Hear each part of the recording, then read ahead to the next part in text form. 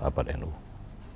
Dan yang seperti kita ketahui bahwa pada tanggal 7 Februari yang lalu, alhamdulillah keluarga besar NU telah memperingati tasyakuran 1 abad NU di Delta Sidoarjo, Jawa Timur, yang sukses dan dihadiri oleh Presiden RI Joko Widodo. Bahkan Pak Presiden Jokowi di dalam sambutannya menyampaikan bahwa NU harus terus berperan di dalam menguatkan, mengokohkan Islam yang moderat, yang persatukan adanya perbedaan agama, perbedaan etnis, perbedaan golongan, sehingga NU terus terdepan menjadi pilar pemersatu bangsa. Dan alhamdulillah malam hari ini dalam suasana yang sangat penuh dengan cahaya, karena Buya baru saja selesai mengajarkan kepada para santri dan masyarakat sebagai pengajian rutinan di malam Jumat di Pesantren Al-Thaqafah, saya berhasil kembali sowan kepada Buya. Assalamualaikum Buya. Waalaikumsalam warahmatullahi. Sehat nggih? Alhamdulillah. Ya, ini ingin sedikit mungkin sebagai tradisi harlah NU yang selalu diperingati pada hitungan Hijriah ini ya. Mohon penjelasan ya. Bismillahirrahmanirrahim. Kita semua sebagai warga Nahdliyin, baik pimpinan maupun warga biasa, mengucapkan syukur kepada Allah Subhanahu wa Ta'ala yang telah mengizinkan bahkan melimpahkan barokahnya untuk warga Nahdliyin dan untuk organisasi Nahdlatul Ulama, sehingga sudah genap 100 tahun menurut hitungan tahun Hijriah. Hitungan tarikh Hijri sudah genap 1 tahun karena NU didirikan pada 16 Rajab 1344 Hijriah. Sekarang kemarin 16 Rajab 1444 Hijriah. Itu Hijri, berarti sudah 100 tahun. Di usia yang sudah cukup dewasa, cukup panjang ini, NU semakin kelihatan peranannya, semakin kelihatan manfaatnya, dan andil besar, kontribusi yang sangat besar dalam membangun umat Islam khususnya dan masyarakat Indonesia pada umumnya agar benar-benar menjadi umat wasatiyah, ummatan wasaton, umat yang moderat. Agar apa? Agar ditakunu syuhada 'alan nas, berperan. Masyarakat NU harus berperan. Ummatan wasaton harus menjadi syuhada. Peran apa itu?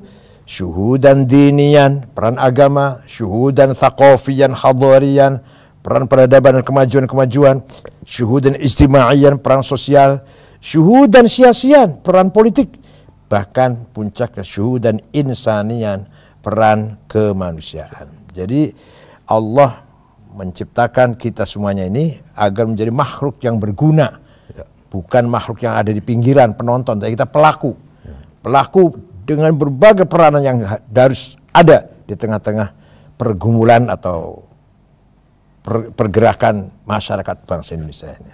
Ya, jadi refleksi kita memperingati 1 abad NU pada malam hari ini adalah bagian dari cara kita sebagai warga NU merefleksikan sekaligus bersyukur bahwa ternyata peran para ulama NU di Indonesia ini, Kiai, itu seperti yang digambarkan bahwa alladzina yang duruna ilal ummati bi'ainir rahmah adalah mereka yang melihat umatnya dari kacamata kasih sayang. Artinya kiai-kiai kampung di tengah-tengah masyarakat ini selalu memberikan solusi kepada masyarakat. Nah, ini NU dalam konteks kemanusiaan, Kiai. Ini selalu terdepan, Kiai, dalam sepanjang masa. Para kiai, terutama kiai pesantren, tahu tentang hukum jinayah, hudud, kisos, orang membunuh dibunuh lagi, orang minum arak digebugin cambuk 40 kali, orang zina dirajam, tahu, kiai-kiai tahu. Tapi dalam dakwah tidak mengedepankan masalah hudud, tidak menonjolkan hudud. Apa yang disampaikan kepada masyarakat? Bagaimana kita hidup dengan damai, tenang, akur, berdasarkan akhlakul karim. Itu yang didahulukan. Bicara hudud, bicara kisos, jinayah, ahkamul jinah nanti belakangan nanti. Kalau sudah sadar kita menjadi orang Islam, orang pun tidak akan melakukan kriminal, kejahatan. Kalau kita sudah masuk iman kita, akhlak kita sudah baik, kita akan menjauhkan diri dari pelaku kriminal. Udah, nggak usah bilang hudud kisos lagi. Kita udah jauh semuanya dari masalah-masalah kejahatan. Jadi kiai-kiai bukan berarti kiai tidak tahu hukum, tahu. Tapi dalam ceramahnya, dakwahnya nggak pernah menyampaikan barang siapa bunuh lagi, barang siapa mencuri potong tangan, barang siapa zina kebukin 100 kali atau dirajam. Enggak, tidak mendahulukan itu. Ya. Itu nanti atap.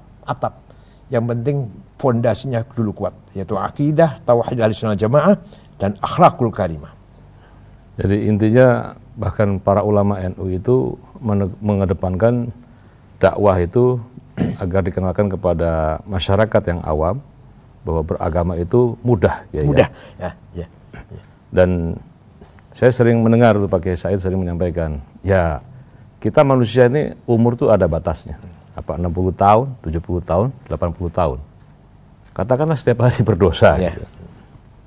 Nah, tetapi ampunan Allah itu tak terbatas. Ini sebagai bagian dari dakwah kita ini agar orang beragama itu riang bergembira. Ya. Jangan ditakut-takuti, Kiai. Betul, ya. Basyiru wa la tunaffiru. Ya. Nah, maka untuk itu wa la tu'assiru. Maka kalau kita melihat ternyata populasi dari penyebaran Islam di Indonesia ini sekarang telah menjadi satu torehan tersendiri bahwa negara dengan jumlah penduduk muslim terbesar dunia itu adalah Indonesia. Nah, NU dan kemanusiaan mengajarkan soal tolong menolong, ya, soal sedekah, ya. Mohon penjelasan, ya. Sedekah merupakan prinsip agama Islam, terutama dalam rangka membangun, menguatkan irtibat ijtimaiyah, irtibatat ijtimaiyah, tali persaudaraan, ikatan sosial. Kita ikat bukan dengan sholat, tapi dengan sedekah, infak, jariyah, yang wajib ya zakat. Katakanlah zakat wajib, saya udah mengeluarkan zakat 2,5%. Tapi ada tetangga kelaparan, wajib menolong.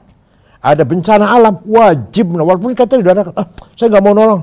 Ada bencana, saya udah zakat kok, udah selesai zakat. Enggak. Zakat sudah selesai, walaupun sudah selesai. Ada bencana alam, ada orang kelaparan, ada orang darurat lah. Kebutuhan asal mendesak. Saya sebagai orang yang mampu, wajib memberikan pertolongan. Ini kan nisaniyah. Bukan sekedar syariat, bukan. Ya. Jadi konsep la khairi fi katsiri bin najwahum illa man amra bisadaqatin aw ma'rufin. Artinya sedekah bukan hanya kepada sesama muslim, ya. Iya, pada siapapun. Agama apapun yang membutuhkan pertolongan bantuan kita bantu, ya. Walaupun sudah zakat. Walaupun sudah zakat. Sudah zakat beres. Ya. Tapi ada bencana alam, ada kelaparan, ada kebutuhan daruri apa. Saya sebagai yang mampu wajib hukumnya. Ya. Nah, yang kedua, Kiai, bahwa selalu saja kalau kita lihat sekarang ini kan paham-paham transnasional masuk, ya. Ada yang mengatakan bahwa konsep demokrasi tidak bisa menyelesaikan masalah karena ada ketidakadilan dan seterusnya. Lalu mereka buru-buru menyampaikan konsep khilafah yang dulu pernah menjadi bagian dari khazanah politik, ya. Itu dianggap sebagai yang paling ideal. Padahal kalau kita lihat konsep negara Pancasila hari ini, sesungguhnya sudah merepresentasikan adanya spirit ketuhanan. Karena kalau kita lihat sekarang, Indonesia ini kurang islami apa? Dari dasar negaranya, bahkan dari pembukaan Undang-Undang Dasar kita itu atas berkat rahmat Allah. Itu yang disebutkan oleh Ki Haji Ahmad Siddiq, ya, dalam pikiran dan butir-butir Khitoh 1926 menyebutkan bahwa Pancasila itu final dan penegasan dalam pembukaan Undang-Undang Dasar 45 itu adalah penegasan tentang azas dalam bertauhid. Mohon penjelasan, ya.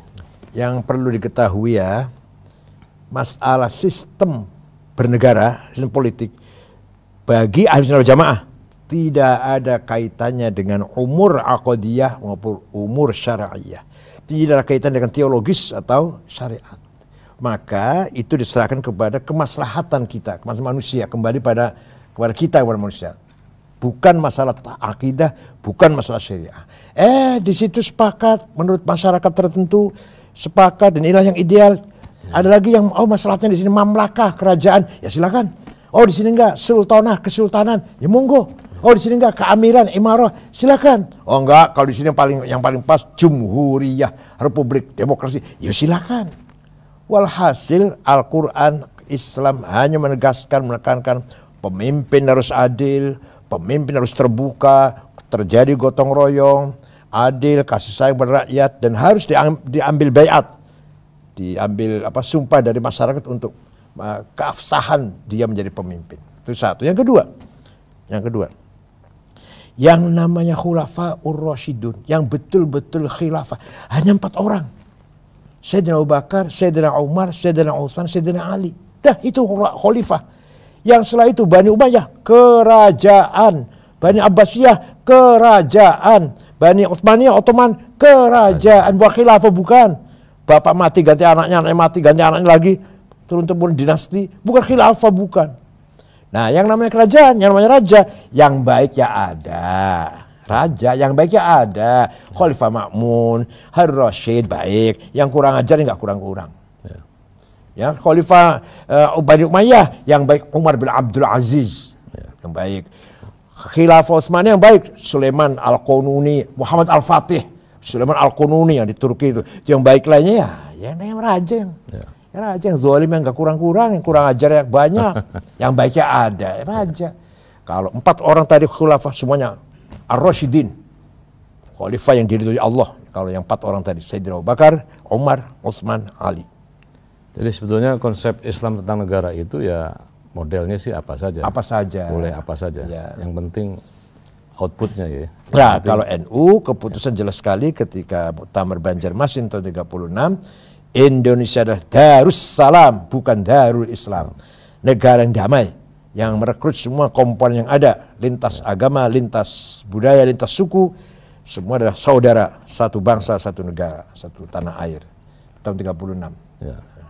Maka untuk itu sebetulnya sudah tidak lagi perlu memperdebatkan konsep negara. Ya. Karena bagi NU sendiri itu sudah final dan terbukti sebetulnya justru hari-hari ini banyak negara-negara di luar sana yang terjadi konflik berkepanjangan.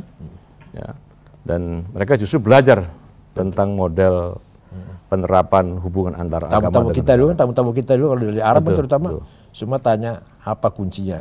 Di Indonesia damai, rukun, tenang. Di Afghanistan itu sudah 40 tahun sesama muslim saling perang, saling membunuh. Sudah 40 tahun, hanya terdiri dari 7 suku. Tidak satu pun non muslim Afghanistan itu, 100% muslim. Presidennya hafidz Quran, Profesor Burhanuddin Rabbani dibunuh. Coba kurang apa? Presidennya hafidz Quran dibunuh. Alhamdulillah di kita gak sampai segitu. Ada konflik, ada perpindahan dari Orde Baru ke Orde Reformasi, ada korban, ada. Tapi 6 bulan selesai. Begitu multi partai muncul, pemilu bebas, sudah kembali menyatu lagi sebagai bangsa yang satu. Itu baik Indonesia. Nah, sekarang bahwa kalau konsep negara itu sudah final, maka buat kita para santri, ya warga NU tentunya tidak lagi sudah memperdebatkan soal Pancasila. Justru sekarang spirit al-Islamu ya'nu wa la yu'la alaih itu bagaimana kita unggul.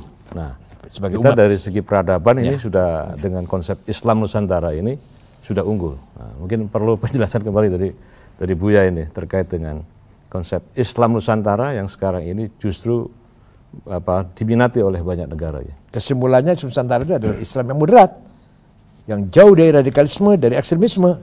Karena apa? Karena Islam Nusantara adalah gabungan antara teologi, akidah, dan budaya.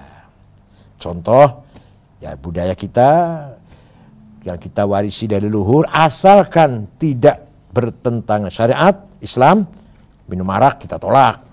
Hubungan seks bebas kita tolak. Asalkan tidak yang bertentangan dengan syariat, kita lestarikan. Justru agama kita bangun di atas budaya. Maka budayanya langgeng, agamanya kuat.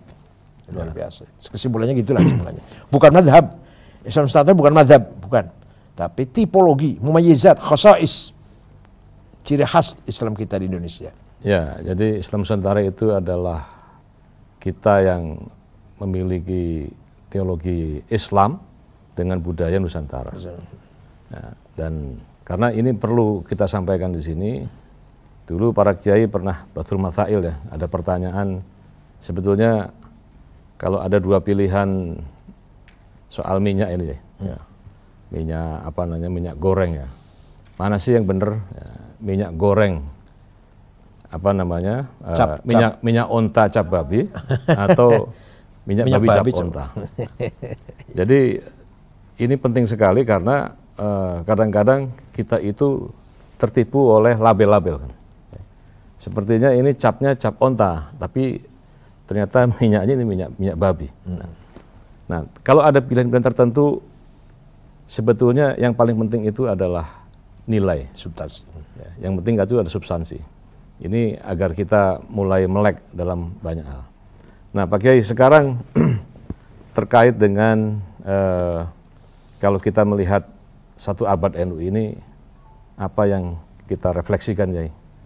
Kalau kita melihat para ulama kita, para muassis Jamiatul Ulama, Mbah Hasyim Asy'ari, Mbah Wasbullah, Mbah Bisri Samsuri, sebagai peletak dasar dari Jamiah ini, kemudian organisasi yang didirikan oleh para aulia ini sudah berusia satu abad. Nah, artinya khidmah ulama sepanjang masa yang sampai hari ini kita sebagai santri ini mendapatkan berkahnya.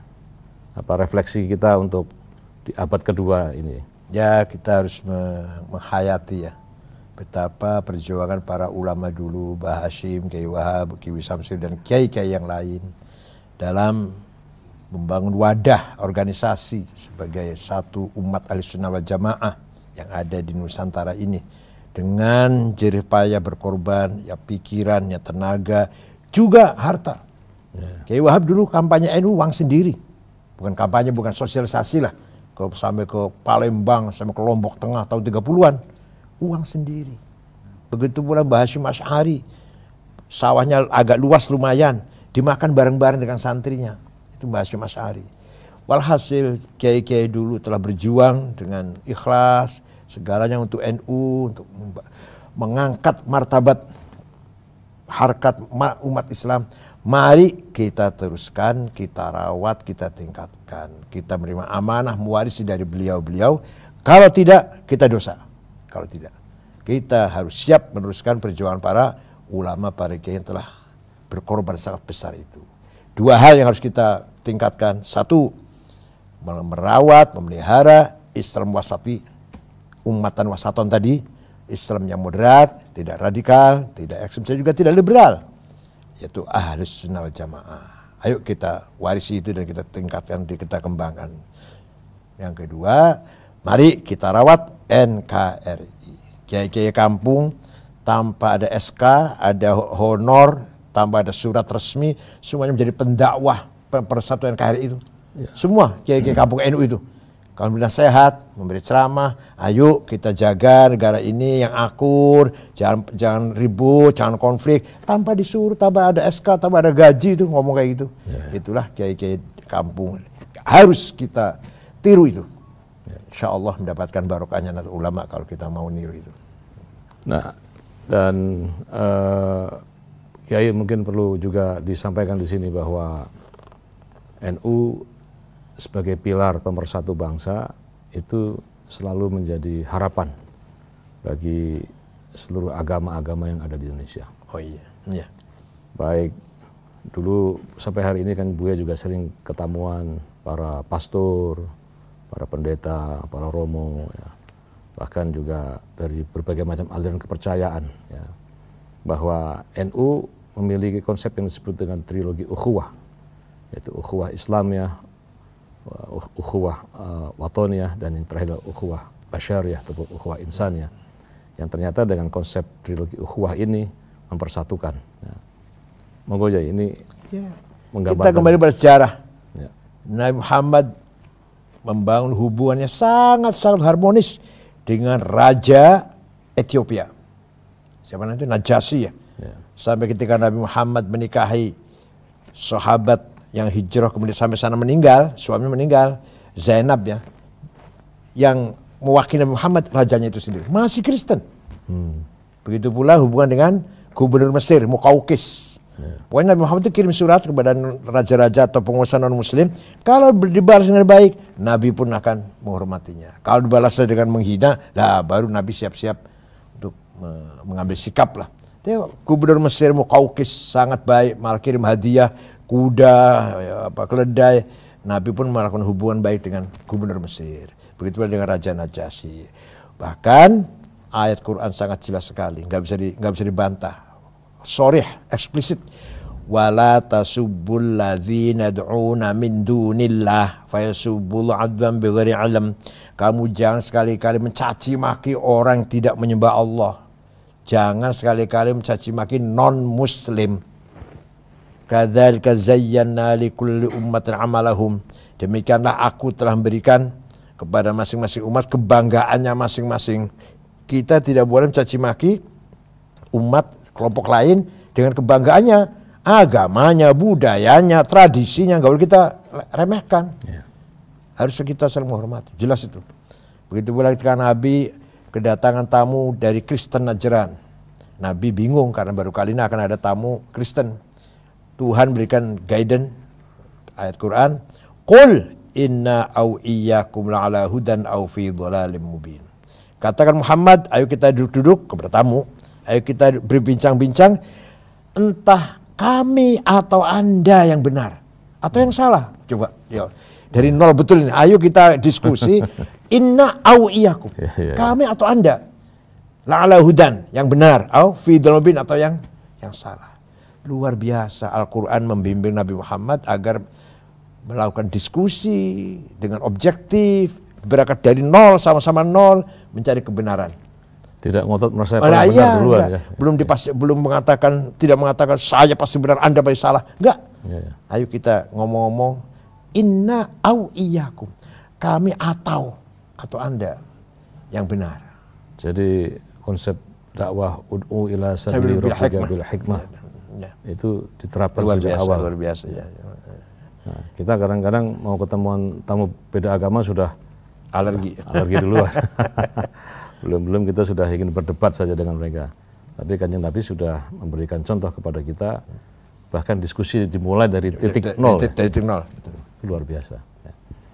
Nah, Kiai, refleksi kita satu abad NU, dalam perjalanan NU ini juga NU pernah menjadi partai politik, ya, Kiai, pernah bergabung dengan Masyumi, ya. Kemudian pernah berhadapan-hadapan dulu dengan PKI. Ya. Kemudian NU dalam tata politik baik dalam negeri kita selama Orde Baru mungkin kita dulu banyak dimarginalisir ya, kayak dipinggirkan gitu ya. Bahkan Gus Dur akhirnya juga melahirkan Forum Demokrasi sebagai inisiasi untuk lahirnya spirit reformasi yang kemudian tahun 98 itu bergulir terjadi pergantian kepemimpinan. Ya. Jadi NU ini dari zaman ke zaman ini selalu dinamis dan selalu terdepan, ya, menjadi pilar agar terus bisa mengayomi, menaungi. Tetapi NU juga tentunya memiliki prinsip-prinsip di dalam tasarruful imam ala ru'iyah martum bil maslahah. Maka NU dalam hubungannya dengan politik ini seperti apa ya? Ya, seperti yang Anda katakan tadi, NU telah berperan besar dalam percaturan politik di negara kita ini. Saya katakan yang di awal tadi, peran itu bukan hanya ya di samping peran agama, peran budaya, peran keperadaban, juga peran politik. Politik itu penting. Nabi berpolitik, Khalifah Sayyidina Abu Bakar, Umar, Utsman, Ali semuanya berpolitik. Untuk apa politik itu?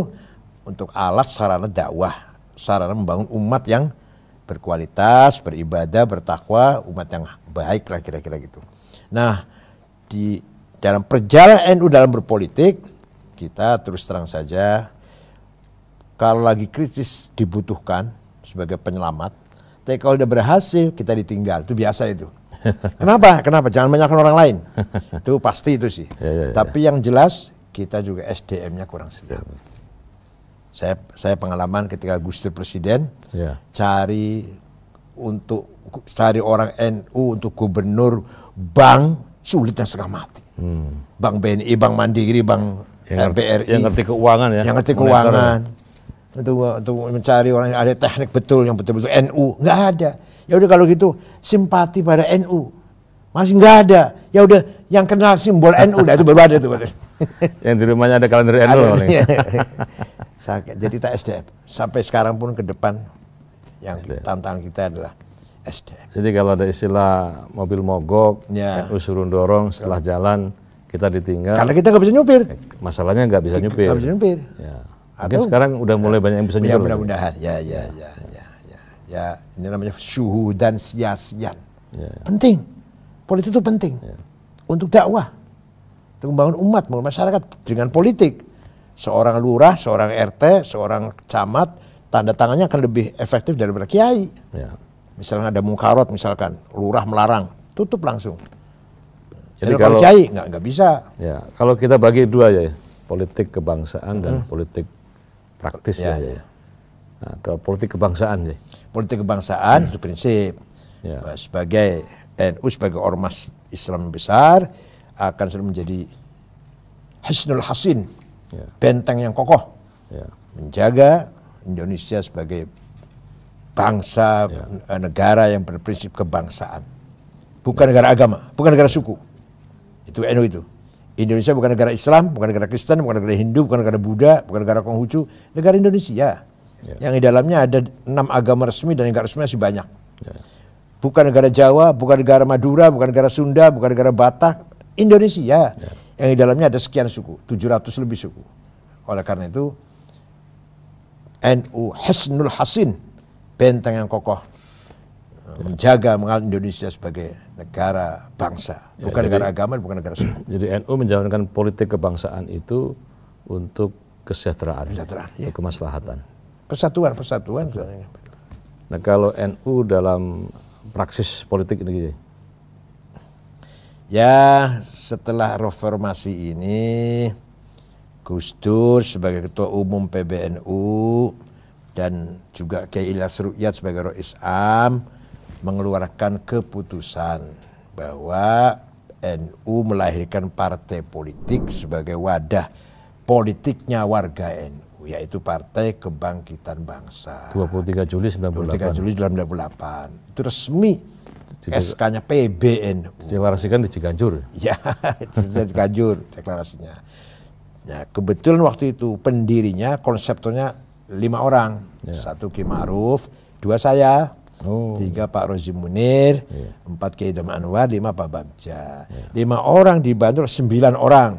Pak Muhaimin Iskandar, Arifin Junaidi, Muhyiddin Arubusman, Nasrin Hasan, Fakhri Toha Ma'ruf, itu Lukman Saifuddin, tim 9 asisten, Andi Muarli ya.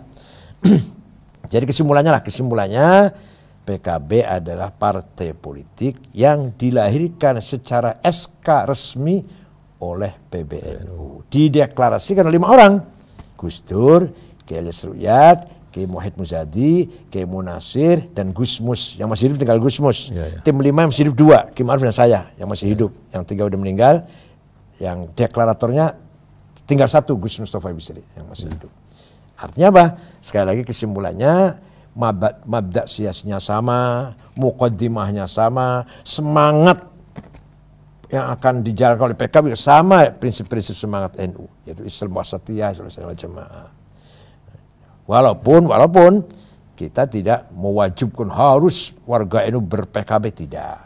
Di situ ada kebebasan, warga NU tidak harus wajib PKB. Tapi hanya ketahuilah bahwa partai yang lahir dari perutnya PBNU dengan SK tanda tangan Ketua Umum Gus Dur, Rois Am, Kiai Ilyas Ruqyat, ya PKB.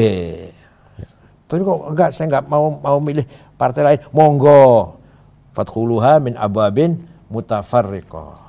Silakan berjuang Islam, berjuang Sunnah Jamaah dari berbagai pintu, tidak harus satu pintu. Saya kira itu kesimpulannya. Ya, jadi NU dalam catatan historikalnya memang adalah sebagai organisasi yang telah mendirikan berdirinya Partai Kebangkitan Bangsa PKB, maka PKB sama dengan NU kan, Kiai? Iya.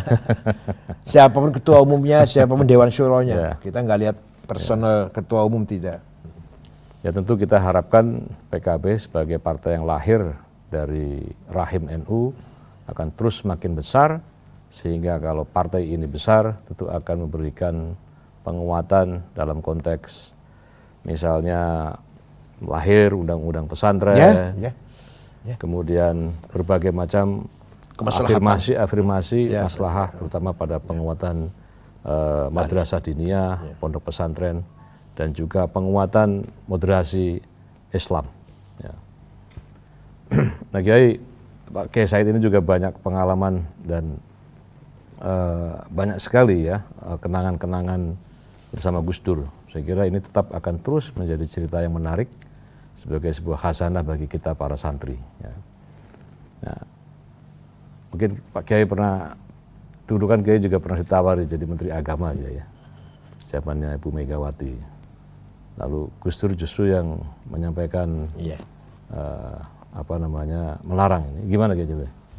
Ya, Gus Dur itu dalam memimpin NU, bahkan memimpin bangsa dari presiden, tidak hanya menggunakan logika, tidak hanya menggunakan akal, tapi menggunakan nur mubashir, nur yang langsung direct minallah, nur mubashir yakhzifuhullah ala qalbi man yasha, memimpin bangsa dengan cahaya hati yang dilimpahkan iluminasi dari Allah.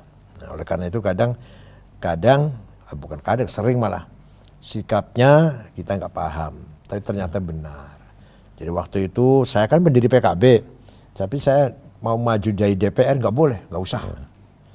Kata Bu Mega, kalau Pak Said nggak masuk PKB, DPR, wis nggak aku PDI, DPR PDI, ojo nggak usah.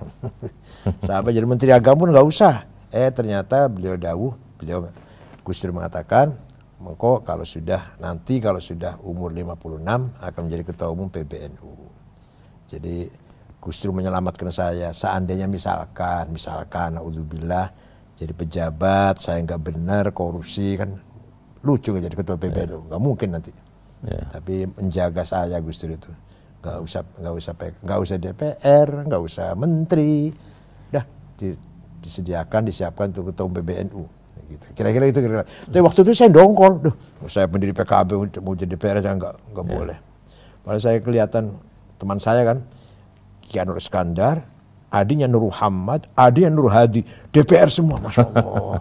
Ini teman saya semua tuh, Lirboyo semua teman saya. Kalau Ki Anwar kakak kelas, kalau Nur Muhammad adik kelas, Nur Hadi sama-sama dosen di Unisma Malang. Tiga bersaudara, DPR semua. Saya ngiri, ya Allah, saya nggak boleh DPR, itu 3 bersaudara DPR semua. Itulah lihikmatin la ya'lamuha illallah. Dan Gus Dur jauh-jauh hari pernah ngomong, saya akan jadi presiden ya? Lagi, Gus Dur waktu itu masih sedang pemulihan dari habis di operasi sarafnya itu. Saya, Pak Muhaimin Iskandar, Saifullah Yusuf waktu itu, terus Pak Wisnu, pengusaha yang kemarin jadi ketua Golkar Jawa Tengah, mantan Menteri Koperasi Cakrawardaya ya, Subiakto. Gus Dur tiba-tiba duduk mengatakan, mengko aku jadi presiden, nanti saya jadi presiden. Kita orang 5 kaget, nggak percaya, ini Gus Dur konslet ini. Ya, ternyata betul. Itu tahun 90-an ya? Iya, 90, masih Pak Harto, 97 lah, 97 kira-kira. Mas Jadi ada yang terlintas, mengko jadi presiden beneran ya? Banyak, kalau itu banyak itu sih, bukan hanya itu. Main bola pun Gus Dur hanya mendengarkan Perancis dengan Spanyol. Perancis menang ya, Perancis menang 1 ini. Betul, 1-0, Perancis menang 1. Hanya mendengarkan, nggak lihat beliau, mohon maaf, beliau nggak lihat. Itulah Gus Dur. Kemudian cerita ini sih selalu buat kita sangat menarik ya. Cerita dulu ketika Gus Dur berkunjung, karena Pak Kiai itu kan pernah bermukim ya, di Saudi Arabia sekitar 15 tahun ya? 15,5 tahun ya. Nah, kunjungan pertama Gus Dur ketika bertemu Kiai Said di Saudi Arabia ya, di Mekah Madinah. Ya. Saya ceritakan ini.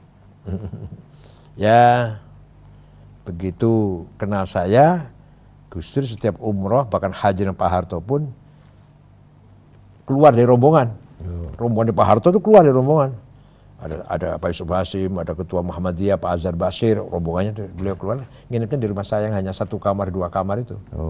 Makan ikan asin dan sayur asem. Yang penting ngobrol diskusi, 1 malam diskusi. Kalau barangkali kalau di hotel kan nggak ada teman ngobrolnya, nggak cocok barangkali. Kemarin saya baru saja sowan ke Tuan Guru Turmudi ya. Jadi ketika Gus Dur wafat itu pemakaman di Tebu Ireng ya. Tuan Guru Turmudi itu kena macet 3 km nggak bisa masuk ya. Lalu ini cerita ini juga sudah masyhur ya. Lalu Tuan Guru ini menyampaikan, saya akan menguji kewalian Gus Dur. Kalau Gus Dur ini benar-benar wali, maka ada jalan buat saya untuk mendekat ke makamnya. Terus meminta kepada rombongan mobil itu baca Al-Fatihah pada Gus Dur. Itu kemudian setelah baca Al-Fatihah, tiba-tiba ada forrider datang motor mengawal ini Tuan Guru ini untuk bisa masuk. Ya. Begitu di depan makamnya kata Tuan Guru Turmudi, wah ini wali beneran ini. Nah, ternyata ngomong-ngomong soal ini, Kiai Said juga pernah punya pengalaman.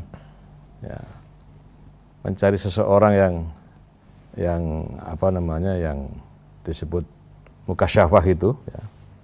Tapi ternyata mungkin Pak Kiai yang bisa menjelaskan ya.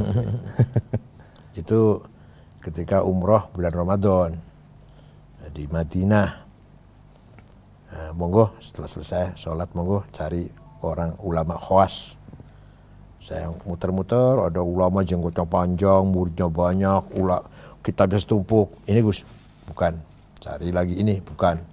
Yang ulama lah yang ngajar, kitabnya setumpuk. Ada orang Mesir sendirian, lilitan kepalanya kecil-kecil saja, besar enggak. Di situ kan ini katanya. Berhenti, minta assalamualaikum, minta doa. Biasanya orang Mesir itu ramah, biasanya orang Mesir itu ramah wataknya. Itu enggak ramah orang ini. Ada apa? Ya salam, minta doa. Doa apa? Ya doa minta selamat. Siapa Anda? Saya ini ketua organisasi Islam terbesar di Indonesia. Didoakan. Agak lama sih doanya, agak lama. Kalau 5 menit aja lebih lah. Setelah itu selesai, Gus Dur mau mengucapkan terima kasih, udah lari meninggalkan tempat sambil sajadah ditarik tuh dengan mengatakan bahasa Arab, ya Rob ma dzambi hatta tu'arifani iya.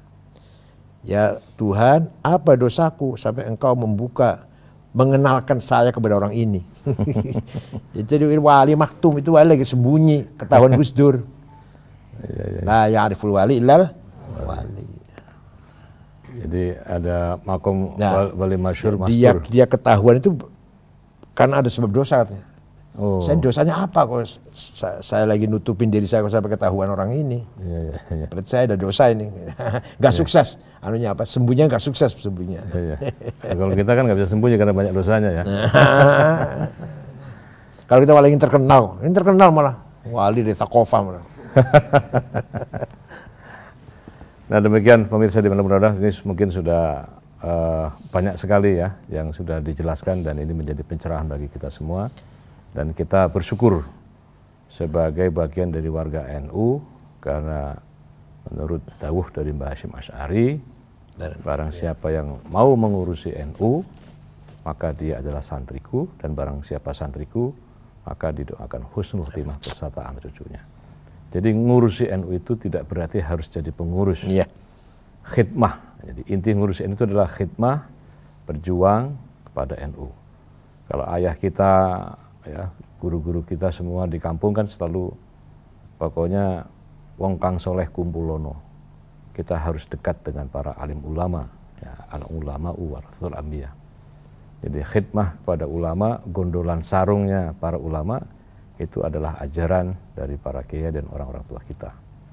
Untuk itu menutup perjumpaan kita ini apa aja hikmah dari kita selalu ikut ulama, ikut para guru kita ya. Ya minimal kita tiap hari jangan lupa hadiah Fatihah pada Rasulullah, pada orang tua kita yang sudah meninggal dan guru kita. Itu minimal tuh, minimal. Itu minimal ya, baca Fatihah. Baca Fatihah, syukur ditambah ya kulhu, ya falak nas dan seterusnya.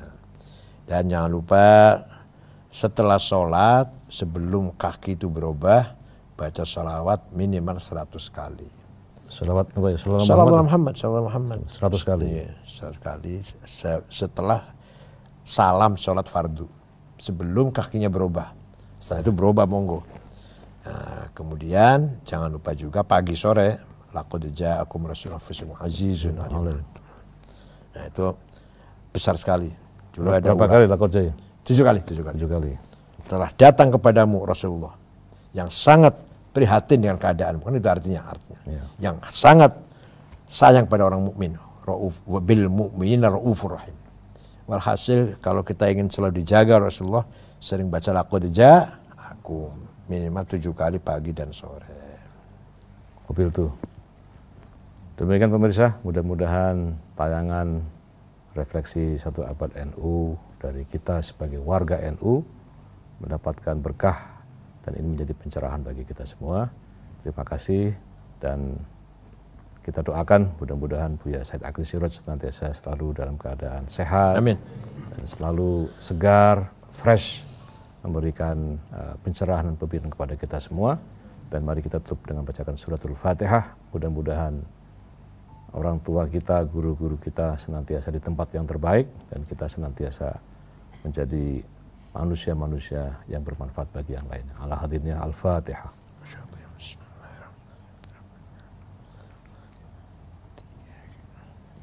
Demikian, terima kasih. Bil maaf. Wallahu muwaffiq ila aqwamit thoriq. Assalamualaikum warahmatullahi wabarakatuh. Waalaikumsalam.